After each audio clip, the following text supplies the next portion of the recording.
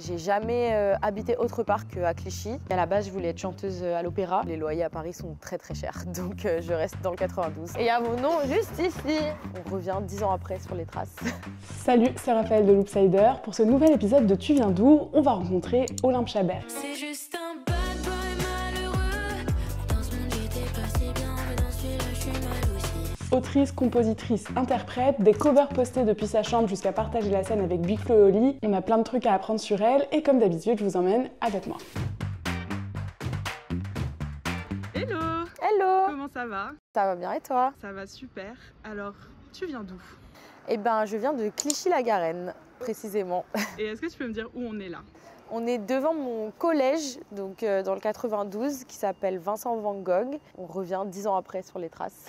On va parler de musique un peu après, mais avant j'aimerais bien qu'on revienne du coup sur ton enfance. Est-ce que tu peux me dire, t'es né où, t'es né quand, tu vis avec qui, tu vis où? Je suis née dans un hôpital dans le 14e, mais ma famille habitait à Clichy. J'ai jamais habité autre part qu'à Clichy. Je viens pas d'un quartier difficile, mais d'une station juste avant Asnières. J'habite avec ma mère, on a toujours habité ensemble et depuis je suis toujours chez ma mère parce que j'y suis bien encore pour l'instant et que les loyers à Paris sont très chers, donc je reste dans le 92. Elle ressemble à quoi ton enfance? Dans l'année, l'école, j'avais des cours de théâtre, de guitare, j'ai fait de la gymnastique, de la natation, de la danse. À l'école, j'étais bonne élève, j'avais des super notes. Et quand je suis arrivée au lycée à Paris, Aller-retour 9 de 7, 5, la 13, je la connais par cœur. et là mes notes ont commencé à chuter, notamment dans les matières scientifiques où j'étais archi nulle.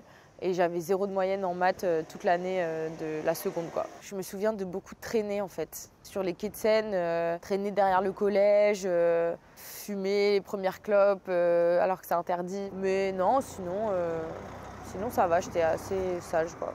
Est-ce que tu avais des idoles? J'étais obsédée complète par Marilyn Monroe. Depuis que je suis toute petite, je sais pas pourquoi, j'ai un truc avec elle, c'est une obsession. J'ai eu une grosse phase Beatles aussi, grosse période. Il y a dû avoir un moment, grosse période Rihanna. Mon meilleur ami du collège qui était giga fan de Lady Gaga. C'était l'époque pop star, Katy Perry, tout ça. Je me souviens, regardais tous les clips et tout, j'adorais. I can run a higher one. I love game and I love game. Alors, on est où là? À la Boule Noire, à Paris, à Pigalle. C'est la salle où j'ai fait ma release party du projet Haut les Cœurs que je viens de sortir. Donc c'est la première fois où j'ai chanté les morceaux qui sont sortis devant les gens et en concert, donc c'est important. Et il y a mon nom juste ici. Donc là, on est à la Boule Noire. À la Boule Noire devant la scène, voilà. On va parler un peu de musique. Oui. À quel moment la musique arrive dans ta vie? Eh ben, assez jeune, assez tôt. J'ai souvenir d'avoir beaucoup écouté de musique avec mes parents. Ma grand-mère faisait de la musique, elle faisait du piano. Ma mère chantait beaucoup. Dès petite, j'ai été au conservatoire, j'ai étudié un peu le solfège. J'ai commencé du coup par le violoncelle, mais j'ai arrêté assez vite parce que j'ai préféré le chant en fait. J'ai commencé à faire de la guitare, donc je m'accompagnais à la guitare en chantant. J'étais dans une chorale, j'ai pris des cours de chant aussi lyrique. Et à la base, je voulais être chanteuse à l'opéra. En parallèle, je voulais être comédienne. J'ai fait beaucoup de cours de théâtre, énormément, et j'ai fait beaucoup de casting. J'ai mon père aussi qui faisait de la réalisation, donc il était toujours avec une caméra. On faisait des courts-métrages, ou ma sœur aussi. Elle nous mettait en scène avec mes cousins et on faisait des films. Quand j'ai eu le bac, j'ai décidé de faire de la comédie musicale. Et donc, je suis rentrée au conservatoire du 9e, pas très loin d'ici. Et après, en parallèle, j'ai lancé mon projet à moi. Comme ça a un peu commencé à marcher, j'ai arrêté tout le reste pour me concentrer sur juste ma musique à moi.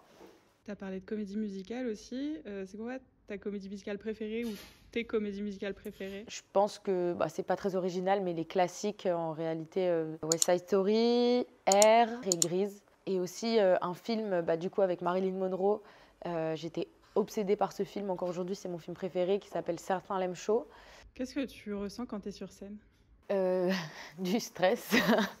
Non, j'essaye toujours de rester concentrée pour vraiment donner la meilleure prestation possible parce que c'est vraiment le moment où on connecte avec les gens, c'est le moment où on voit en fait que les gens ont vraiment écouté les morceaux, qu'ils ont envie de partager. Et ouais, c'est le moment de connexion où juste on se rend compte qu'en fait c'est pas juste j'ai sorti de la musique, c'est les gens l'ont écoutée, ils la connaissent, ils veulent la chanter avec moi et je me mets beaucoup la pression pour que les gens soient contents et contentes du moment passé ensemble et qu'ils en ressortent avec le meilleur souvenir possible, quoi.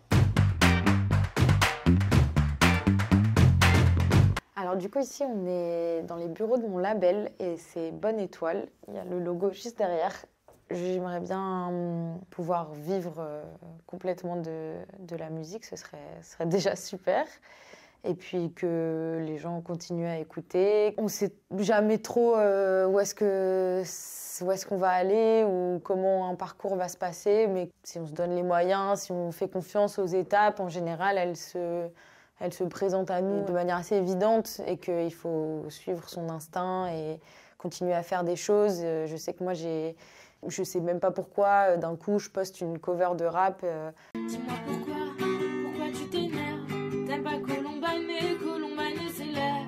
Et c'est ça qui a fait que j'ai développé une communauté et que j'ai pu lancer mon projet à moi. Et finalement, c'est ça qui a marché alors que je me voyais faire du théâtre. Enfin, je veux dire, il y a plein de chemins différents et le plus important, c'est de kiffer chaque journée et que il faut être satisfait de sa vie, quoi. Donc, il faut faire les trucs qui nous font kiffer et le faire au maximum du mieux qu'on peut, quoi. Trop bien. Merci beaucoup. Petit message philosophique de la fin de l'interview. Très bien. Énorme. Parfait. Trop cool.